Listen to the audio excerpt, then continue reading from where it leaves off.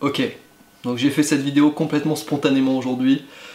J'ai été juste inspiré, j'étais en train de manger, on m'a dit fais cette vidéo parce que ça va éclairer du monde et ça va t'éclairer par la même occasion. Donc je mets le projecteur là-dessus aujourd'hui.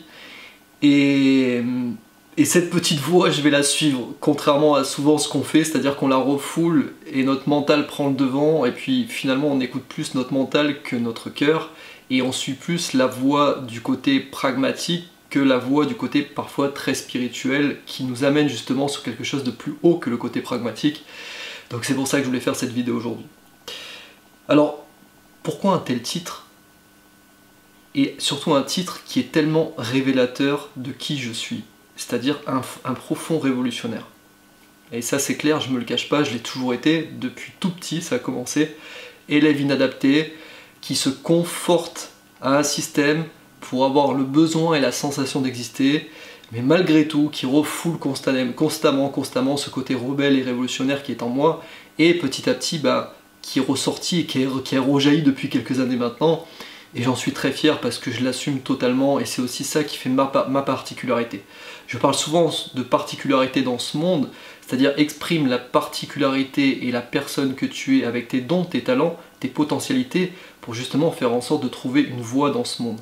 Et cette particularité, elle est totalement en adéquation avec qui je suis. C'est-à-dire cet être qui aujourd'hui fait un peu de prévention, entre guillemets. À mon niveau, mais aussi je renvoie dans le groupe aujourd'hui parce que c'est super important, vous allez comprendre pourquoi. Dans ce monde qui va très vite, on peut être extrêmement influençable dès la naissance.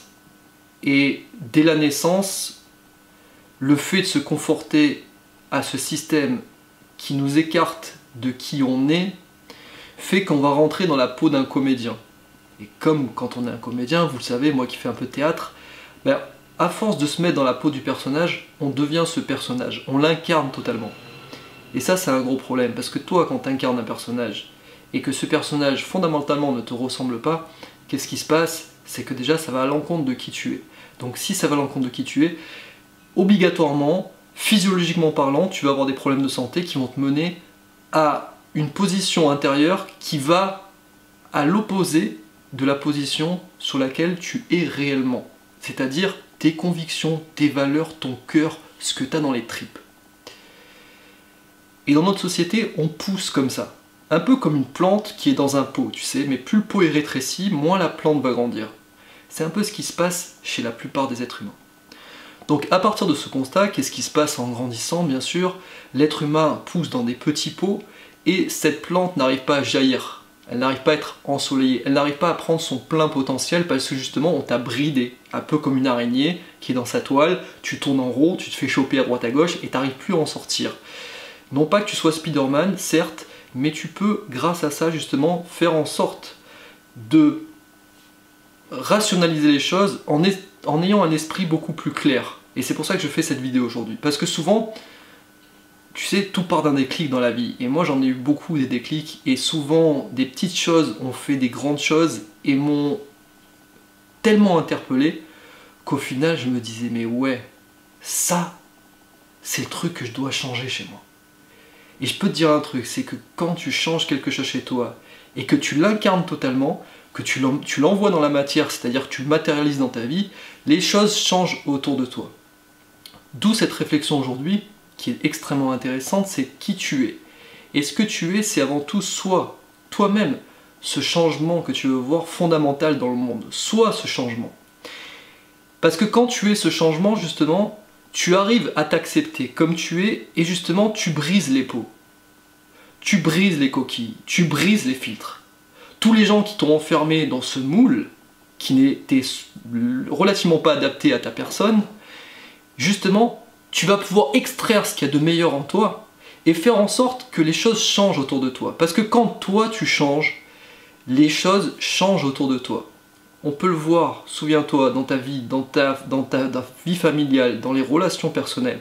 Est-ce que des fois il t'est pas arrivé par exemple de vibrer la joie, de vibrer la confiance, de vibrer quelque chose de plus fort que toi, ou bien quelque chose qui te ressemble tout simplement, et tu vois qu'autour de toi les gens sont hyper réceptifs, ils arrivent vers toi, ils viennent te parler, et ça crée un changement fondamental. Donc le changement, il n'est pas dans la révolution proprement dite, c'est-à-dire vas-y, bats-toi avec une patrie, une armée, fais une guerre proprement dite avec les armes du système, c'est-à-dire qui coûtent des milliards pour tuer des gens. Non, soyons plus subtils que ça, soyons plus intelligents justement. Faisons en sorte d'utiliser des armes, mais cette fois-ci qui viennent du cœur. Parce que quand tu arrives à utiliser ton cœur pour en faire une force, c'est là où tu arrives à résoudre des guerres dans ce monde. Non pas par la violence, mais par l'intelligence, encore une fois du cœur. Et quand tu comprends ça, que tu réussis à sortir de cette matrice, que tu retrouves ton être profond, et que tu commences à impacter les autres, c'est là où le changement va se faire.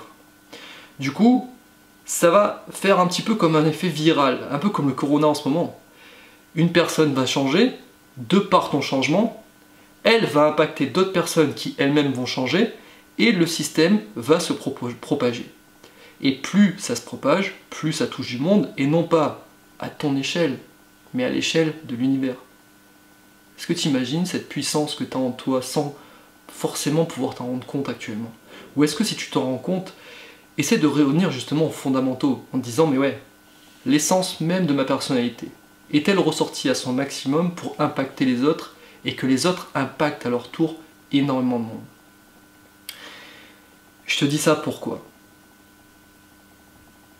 Parce que je fais partie de ces gens qui sont totalement différents de la majorité des autres. Et c'est clair, je vais pas me leurrer. Je l'ouvre quand j'ai un truc à dire, j'affirme quelque chose quand je sais que c'est bon et que j'ai la sensation que ça va aider une personne. J'ai créé des concepts qui sont totalement en avant-garde, parfois sur énormément de choses, notamment pour aider les sans-abri, etc., etc. Et on me crache à la gueule.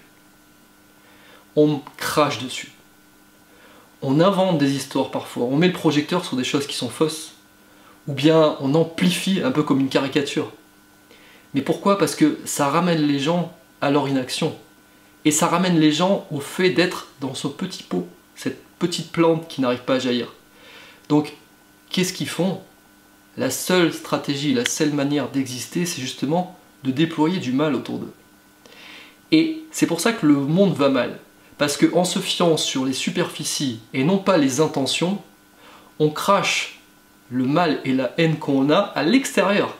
Du coup, forcément, le système dont je te parlais tout à l'heure, qui fonctionne très bien dans le sens où tu changes et tu impactes, il fonctionne aussi dans le sens inverse. C'est-à-dire, tu vas cracher sur les autres, ta négativité, ta haine, ton malheur, ta rancœur, ta jalousie. Tu les vois, les sentiments là qu'on a pu tous avoir. Et moi le premier, hein, je te le cache pas, c'est juste que j'ai évolué avec le temps.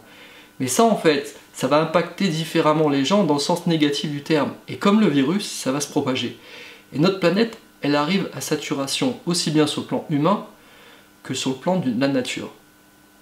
On a puisé dans toutes les ressources. Et on arrive à un constat aujourd'hui. Il est simple. C'est la cupidité.